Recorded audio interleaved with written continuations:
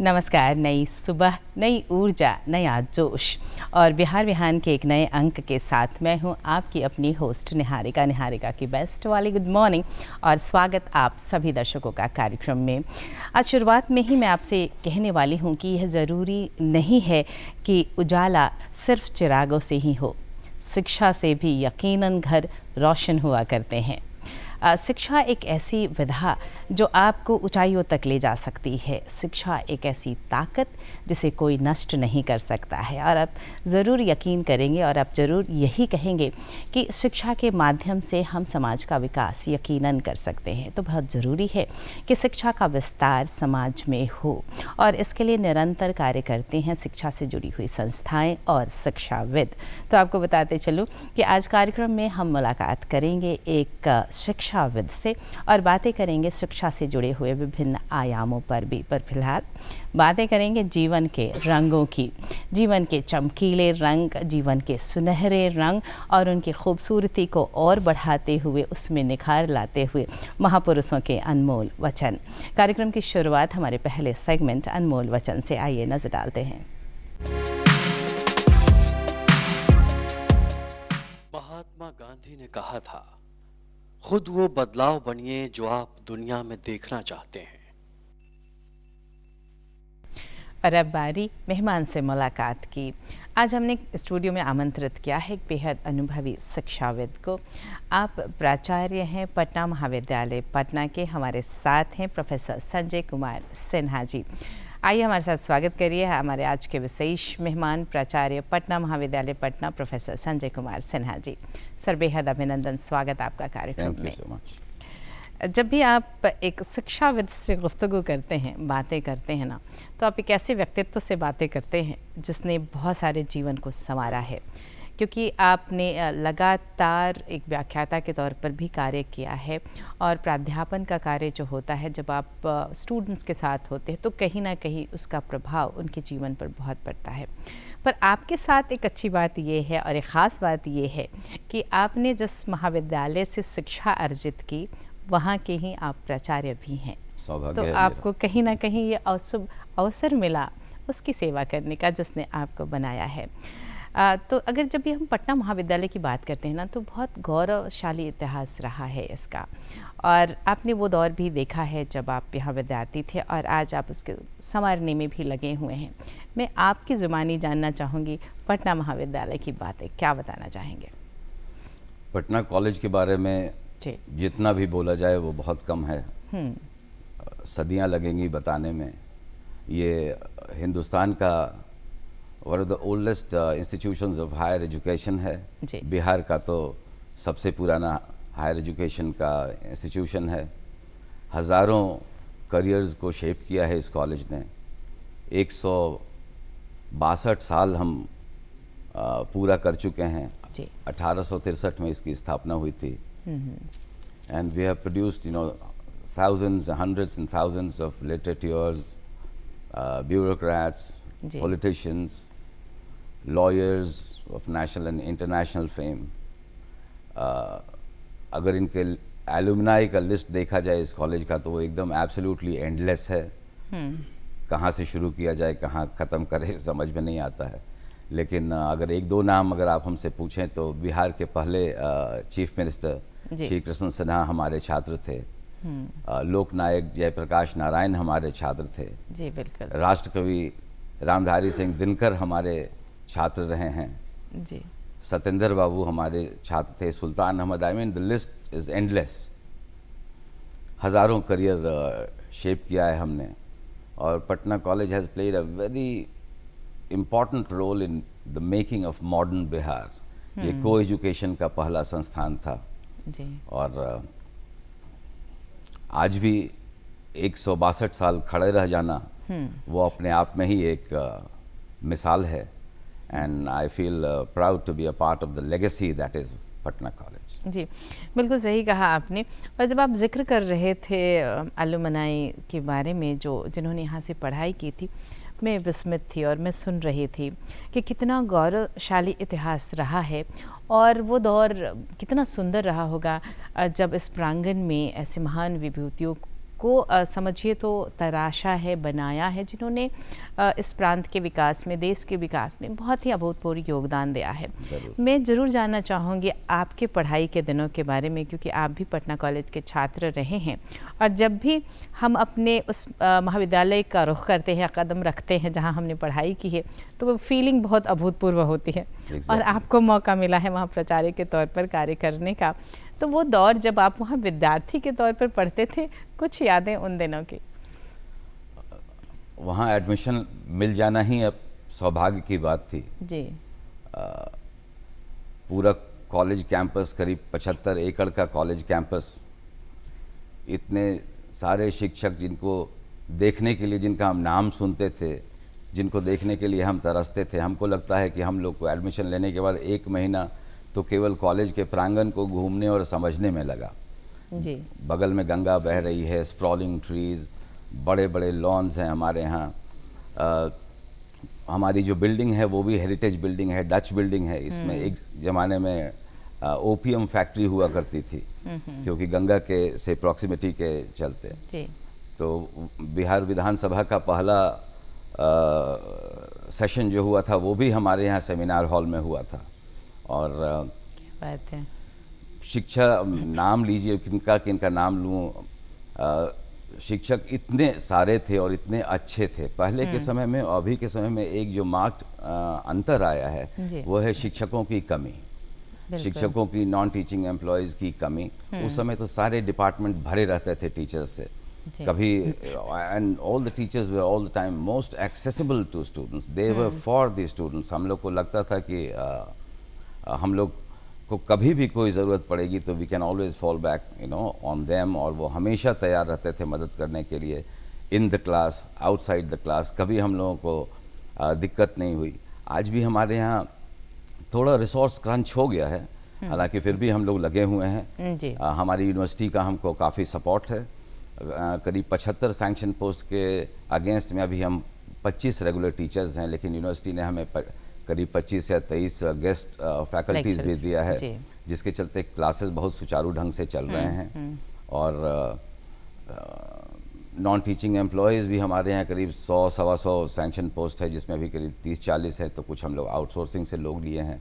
जी जी। तो सब चीज़ ठीक चल रहा है अभी। तो जैसे कि आपने बताया कि ये जो पटना कॉलेज है उसका प्रांगण भी इतना सुंदर है और इतना भव्य है कि जब आप वहाँ होते हैं तो लगता है कि आप उस इतिहास को जी रहे हैं। बिल्कुल। और आप वो अनुभव करते हैं। साथ ही जो प्राकृतिक छटा है वो भी उतनी ही खूबसूरत है, क्योंकि इसे ऑक्सफोर्ड ऑफ द ईस्ट कहा जाता था। ज़रूर ज़रूर। और ये बहुत सुंदर अनुभव भी है। और दर्शकों, आपसे कहने वाली हूँ मैं, ये आपने थोड़ी सी बातें सुनी, कुछ यादें सुनी पटना महाविद्यालय के बारे में आज के हमारे विशेष मेहमान से। हम आपके लिए लेकर आए हैं पटना महाविद्यालय पर एक सॉफ्ट स्टोरी। तो आइए विस्तार से जानते हैं कहानी पटना महाविद्यालय की।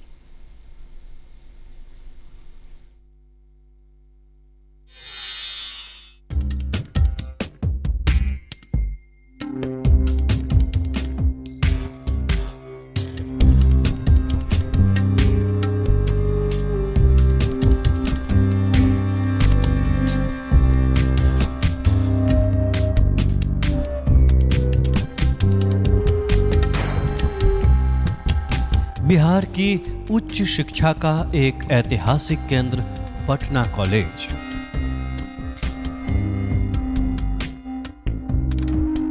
राजधानी पटना में अशोक राजपथ और गंगा नदी के मध्य अवस्थित 161 साल पुराना यह कॉलेज इतिहास के अनेक महत्वपूर्ण पन्नों में दर्ज है।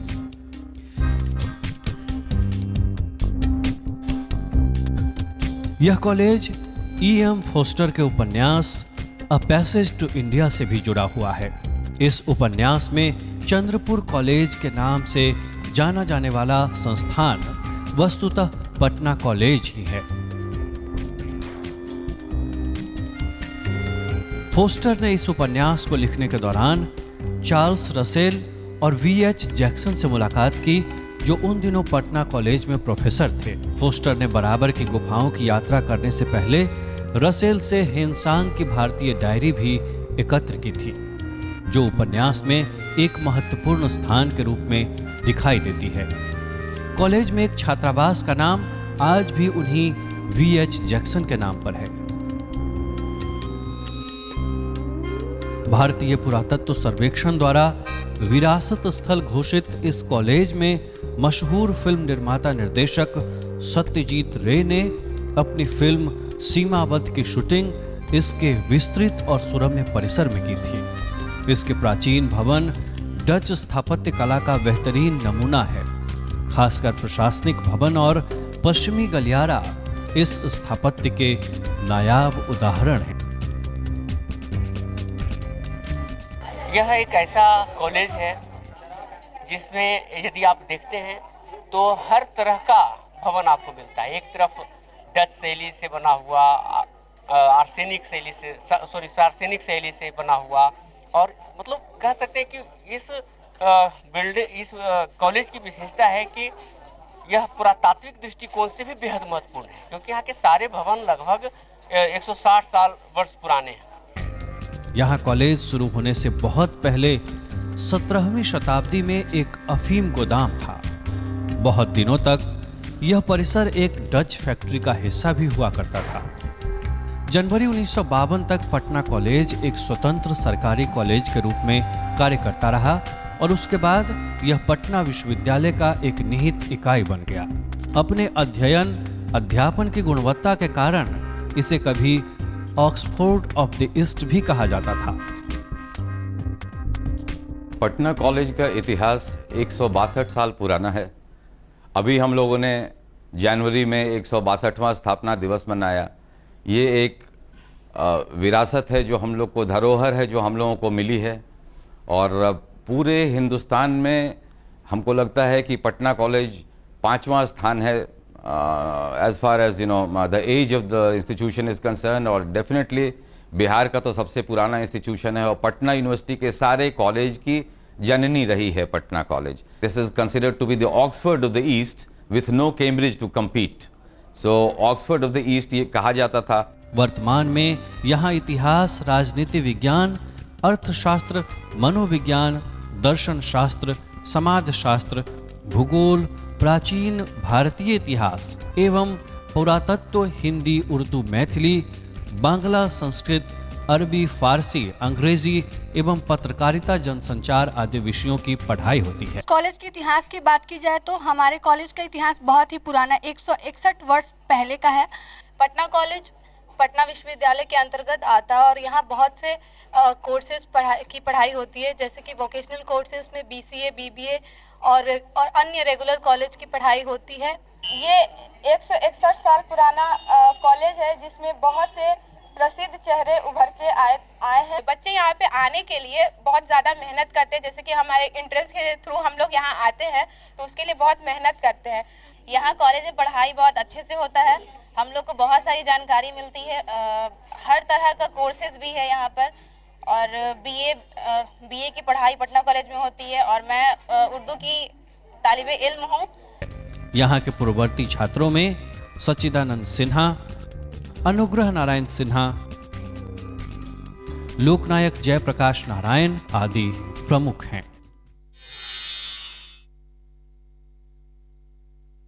और अभी आपने देखी और सुनी पटना कॉलेज की कहानी, और हमारे लिए बहुत हर्ष का विषय कि आज हमारे साथ हैं प्राचार्य पटना कॉलेज पटना। और आइए बातों का सिलसिला पुनः शुरू करते हैं।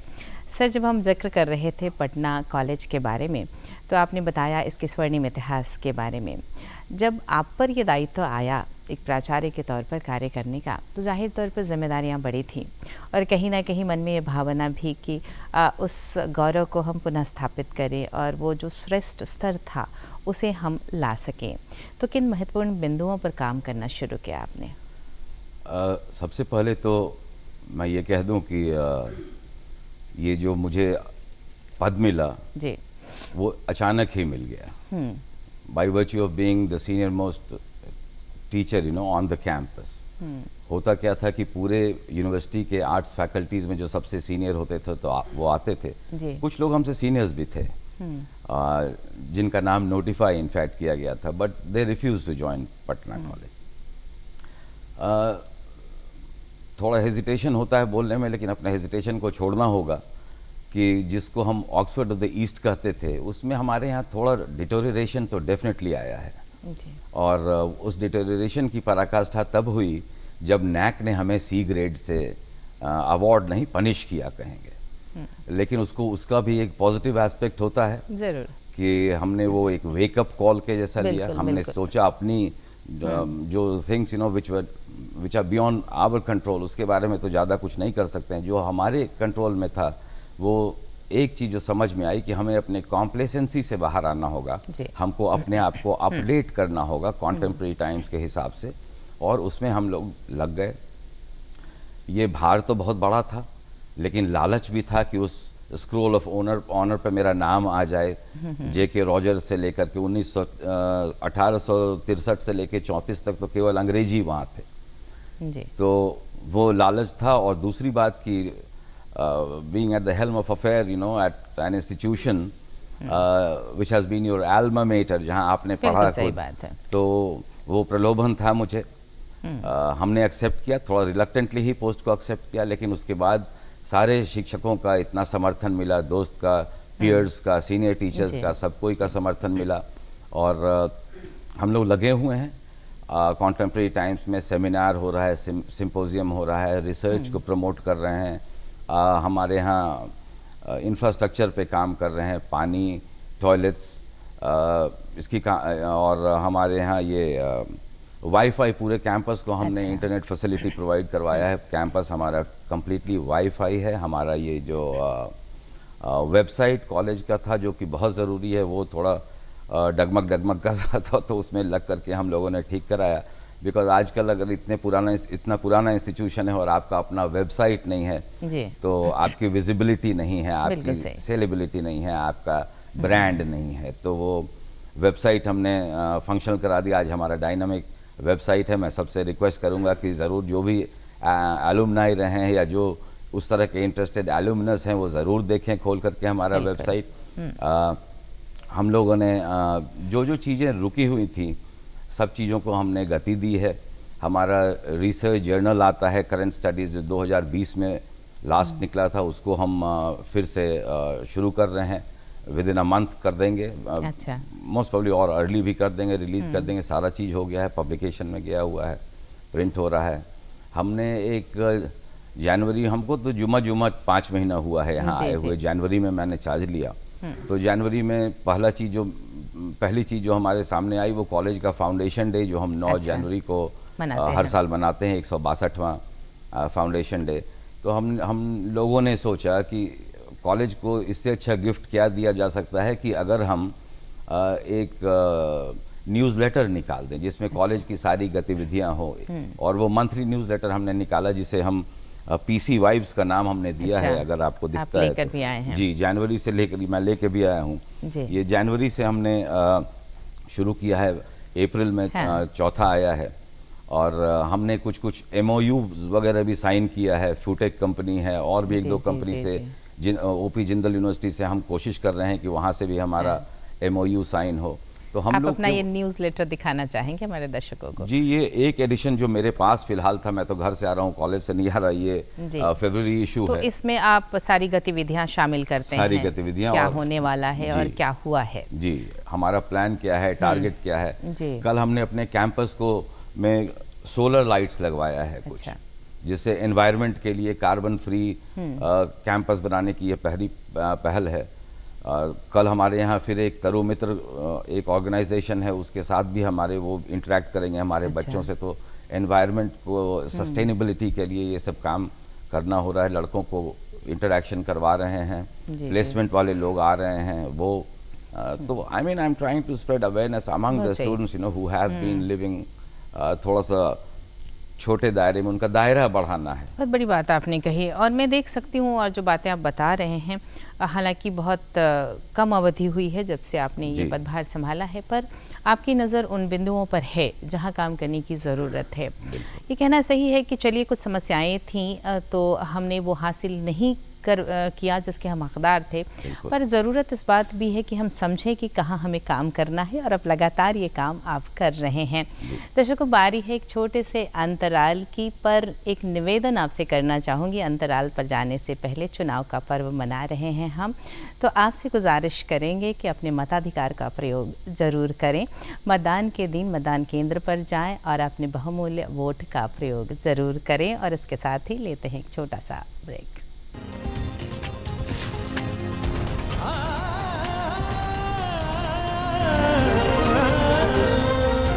इस अंतराल के पश्चात पुनः स्वागत आप सभी दर्शकों का। आज आपको बताते चलूं कि आज बिहार बिहान में हम बातचीत कर रहे हैं प्राचार्य Patna college Patna professor doctor Sanjay Kumar Sinha ji से। सर, पुनः स्वागत आपका कार्यक्रम में। हम बातें कर रहे थे उन दिनों की जब पटना कॉलेज में का जो वो स्वर्णिम इतिहास रहा है, उसके साथ ही हमने ये भी जाना कि जब आपने ये पदभार संभाला तो किन मुख्य बिंदुओं पर कार्य किया आपने। वर्तमान समय में अगर जिक्र करूं तो हमारे पटना कॉलेज में कितने डिपार्टमेंट्स हैं और किन किन क्षेत्रों में विद्यार्थी शिक्षा अर्जित कर सकते हैं? पटना कॉलेज एक पूर्णतः आर्ट्स फैकल्टी कॉलेज है। हमारे यहाँ 18 डिपार्टमेंट्स हैं, सोशल साइंसेज और ह्यूमैनिटीज़ के, और हमारे यहाँ 3 vocational courses self financing courses भी चलते हैं, जिसमें BBA, BCA और MCA है। और ये हम लोग के टाइम में नहीं था, जिस समय हम लोग पढ़ते थे। ये नई चीज़ें 2006-07 के बाद से शुरू हुआ है। इसमें प्लेसमेंट्स ज़्यादा होता है, जॉब अपॉर्चुनिटीज़ ज़्यादा है, और इन सभी डिपार्टमेंट्स में पढ़ाई सुचारू ढंग से अभी भी चल रही है। जी जी। तो वर्तमान का जो परिवेश है वो इन सारे डिपार्टमेंट्स के साथ जो बच्चे आ रहे हैं, जो विद्यार्थी आ रहे हैं, उन्हें सही शिक्षा अर्जित करने में जो कॉलेज परिसर है जितना सहयोग कर सकता है, उसके लिए आप प्रतिबद्ध हैं और आप लगातार काम कर रहे हैं। एक और बात जो अभी फ़िलहाल मेरे मन में आ रहा है, एक विद्यार्थी के रूप में पटना कॉलेज के साथ जो आपका संबंध रहा है, चूँकि आज आप हमारे साथ हैं तो वर्तमान जो परिवेश है वो तो हम देख रहे हैं, पर आपकी नज़रों से अगर हम उस दौर को देखना चाहें तो उस वक्त जो क्लासेस होती थी उनका कैसा माहौल होता था, और विद्यार्थियों का जो टीचर के साथ रिलेशनशिप होता था, फिर आपस में जो बैठ कर के काम करना और जो एक्स्ट्रा करिकुलर एक्टिविटीज़ होती थी, वो दौर आज आपके माध्यम से अपने दर्शकों के लिए जानना चाहूँगी। स्वर्णिम दौर तो था ही जी। और सिलेबस वगैरह उस समय डिफरेंट था। हम लोग के टाइम में 2 साल का BA ऑनर्स का कोर्स होता था और पास कोर्स हुआ करते थे। तो ऑनर्स के कोर्स में हम लोग इंग्लिश डिपार्टमेंट में पढ़ते थे। उस समय और सारे कॉलेजेस में, जैसे मगध महिला कॉलेज वगैरह था, वहाँ ऑनर्स की पढ़ाई नहीं होती थी इंग्लिश की, तो वहाँ की लड़कियाँ भी हम लोग के यहाँ आके पढ़ती थी। अच्छा। और पॉलिटिकल साइंस और हिस्ट्री मेरा पास कोर्स रहा है, तो एक बार क्लास ख़त्म होने के बाद स्कूल से यही डिफरेंट लगता था कि स्कूल में एक कक्षा में हम लोग बैठे रहते थे और शिक्षक आते थे। यहाँ हम लोग एक सब्जेक्ट में ख़त्म करके फिर पॉलिटिकल साइंस डिपार्टमेंट जा करके वहाँ पास कोर्स करते थे। हिस्ट्री मेरा पास कोर्स में था, अब बाद में वो सब्सिडरी हो गया और अब तो MDC नया करिकुलम आ गया है। तो माहौल बहुत अच्छा था। आज भी हमको याद है वो हमारे प्रोफेसर्स, इंग्लिश के प्रोफेसर रंजन नारायण का वो व्याख्यान जो होता था, शैलेंद्र धारी सिंह प्रोफेसर साहब थे और हरिशंकर सिंह थे, PD झा साहब थे, शंकर दत्त थे जो अभी रिटायर किए हैं as post graduate head, Shamim Abdin साहब थे। मतलब एक हम सब का नाम अभी हमारे दिमाग में अचानक आ जाता है और उनका वो क्लास याद आ जाता है। हमको याद आता है उस ज़माने में हम लोग बहुत पढ़ के जाते थे। अच्छा। लगता था कि जो आज थोड़ी जिसकी कमी हमको नज़र आती है, तो उस समय हम पढ़ के जाते थे कि क्या सर सवाल पूछें, और न बता पाना बड़ा ख़राब लगता था। और हम लोग को ये भी लगता था कि पढ़ के जाने पे हम भी सवाल पूछेंगे, क्योंकि हमेशा शिक्षकों की ओर से एनकरेजमेंट मिलता था सवाल पूछने का। बिकॉज क्लास जो होता है वो आज भी मैं यही समझता हूँ कि it is always a two way traffic. One way traffic भी कोई कथा तो हो नहीं रही है, तो इंटरैक्टिव सेशन जो होता है उससे बच्चे भी इंटरेस्टेड भी रहते हैं और सीखते भी हैं। जी, बिल्कुल सही कहा आपने। और जब आप बातें कर रहे थे तो आपने अपने बहुत सारे प्रोफेसर्स का नाम लिया जिनसे आपने शिक्षा अर्जित की है, तो जाहिर तौर पर जो प्रोफेसर्स होते हैं, जो टीचर होते हैं, उनका प्रभाव जो स्टूडेंट्स हैं, विद्यार्थी हैं, उन पर बहुत पड़ता है। तो ये जो गुरु शिष्य संबंध है, इसके बारे में क्या कहना चाहेंगे? क्या कोई परिवर्तन देख रहे हैं? ये बहुत इम्पोर्टेंट चीज़ है। Teacher has to be an example हमेशा वो उसे वो करना चाहिए जो वो चाहता है कि उसके छात्र करें, क्योंकि केवल प्रवचन देना और अपने दूसरे रास्ते पे चलना, वो आजकल they are no takers for that. तो और बच्चे भी समझदार हो गए हैं, वो देखते हैं कि ये अपने जीवन में इसको इनकलकेट करते हैं कि नहीं, इनके अपने so one has to lead by example. और ये एक ऐसा प्रोफेशन है, एक ऐसा नोबल प्रोफेशन है, इतना मॉरल रिस्पॉन्सिबिलिटी आपके ऊपर है, आपके बहुत दायित्व है हमारे ऊपर। तो कोशिश हमेशा रहती है कि लड़कों को सब कुछ दिया जाए, और एक अच्छा शिक्षक जो है वो हमेशा देना चाहता है, जितना दे सकता है वो देगा। और हमारे हिसाब से, और बाकी नौकरियों में लोग रिटायर करते हैं, शिक्षक कभी रिटायर नहीं करते हैं। जो अच्छे शिक्षक हैं they never retire, till time they die लोग उनके पास विद्या अर्जन करने आते रहते हैं। सही कहा आपने जी, बिल्कुल सही बात आपने कही कि जो एक शिक्षक है उसकी अपनी सीखने की प्रक्रिया भी लगातार जारी रहती है, वो भी कभी रुकती नहीं है। और उससे जो विद्यार्थी जब तक उसका जीवन है तब तक कुछ ना कुछ जानकारियाँ जरूर ले सकते हैं। तो शिक्षक और जो शिष्य का संबंध है उसके बारे में आपने विस्तार से बताया, और दर्शकों आपसे कहूँगी कि ये वक्त है एक छोटे से अंतराल का, पर आपसे एक निवेदन ज़रूर करना चाहूँगी, पुनः निवेदन करूँगी कि चुनाव का पर्व मना रहे हैं हम, तो सबसे ज़रूरी है, सबसे अहम बात है कि हम अपने मताधिकार का प्रयोग ज़रूर करें, तो कोताही ना बरतें। जिस दिन भी चुनाव का दिन हो उस दिन मतदान केंद्र पर जाएँ और अपने मताधिकार का प्रयोग अवश्य करेंगे। लेंगे एक छोटा सा अंतराल, जब लौटते हैं।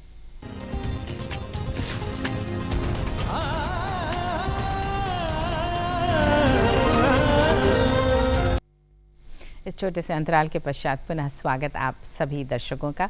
आज हम बात कर रहे हैं प्राचार्य Patna college Patna professor doctor Sanjay Kumar Sinha ji से। सर, हम बातें कर रहे थे पटना कॉलेज में आपके जो दिन थे विद्यार्थी के रूप में, इसके साथ ही जो गुरु शिष्य संबंध था उस पर भी आपने चर्चा की। साथ ही आपका जो सब्जेक्ट रहा है वो इंग्लिश रहा है, तो मैं ये भी जानना चाहूँगी वर्तमान समय में ये जो इंग्लिश लिटरेचर है इसके प्रति कितना रुझान देखते हैं आप, पर या कुछ विशेष कहना चाहेंगे? आज हमारे यहाँ 2-3 सब्जेक्ट्स है जो मच सॉट आफ्टर है, उसमें इंग्लिश भी एक है।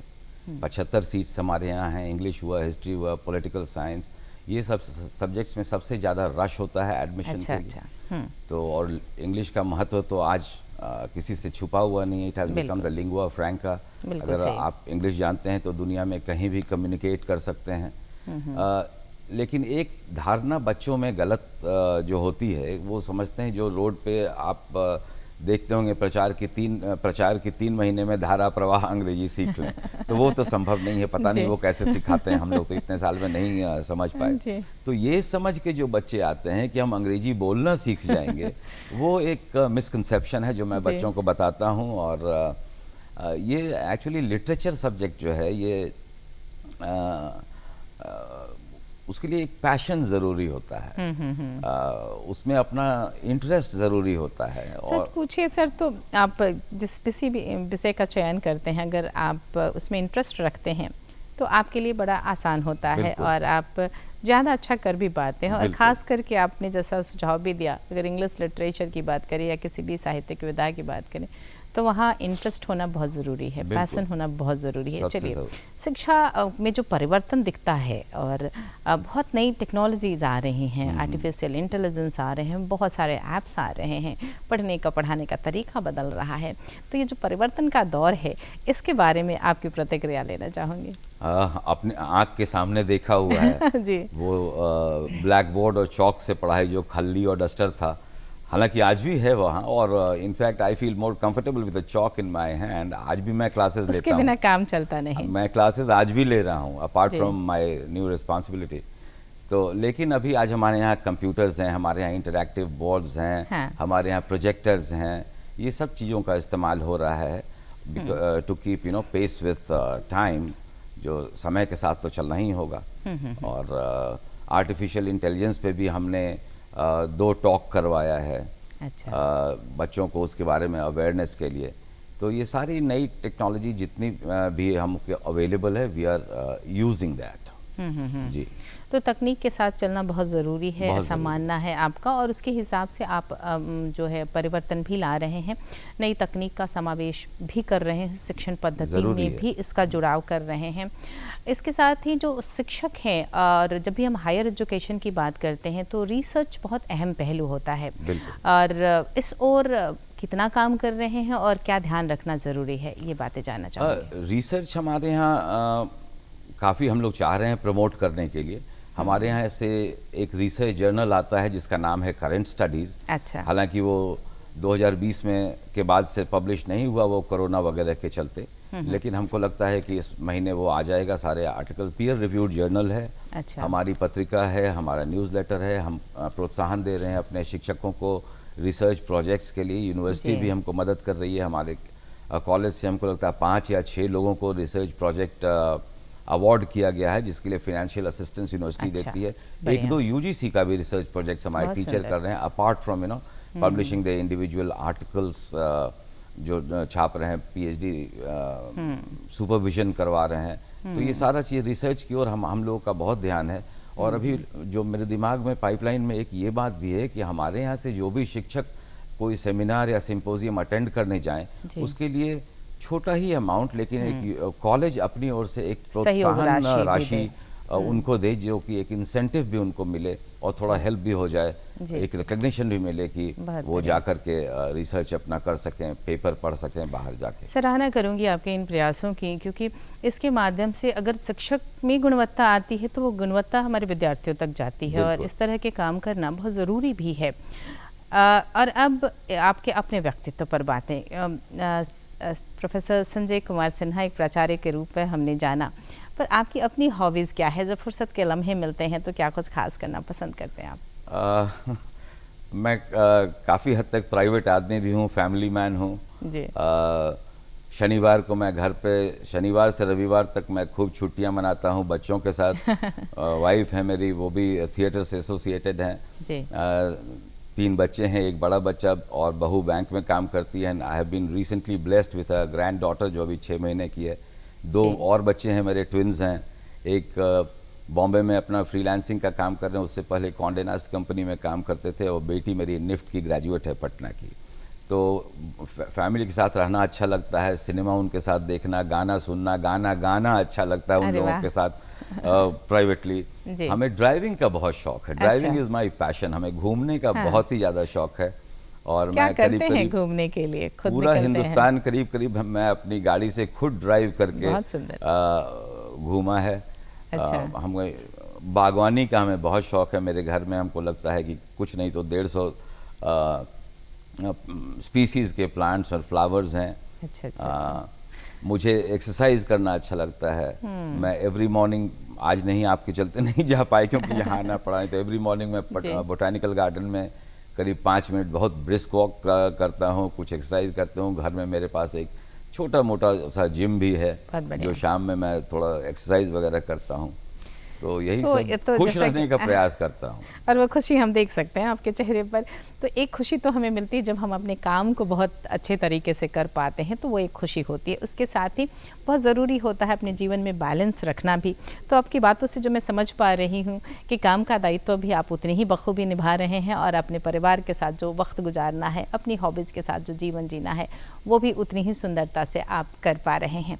पर इन फुर्सत के लम्हों में कोई फ्यूचर प्लान भी आपके मन में ज़रूर आता होगा, कोई प्लानिंग आपकी जो बताना चाहें?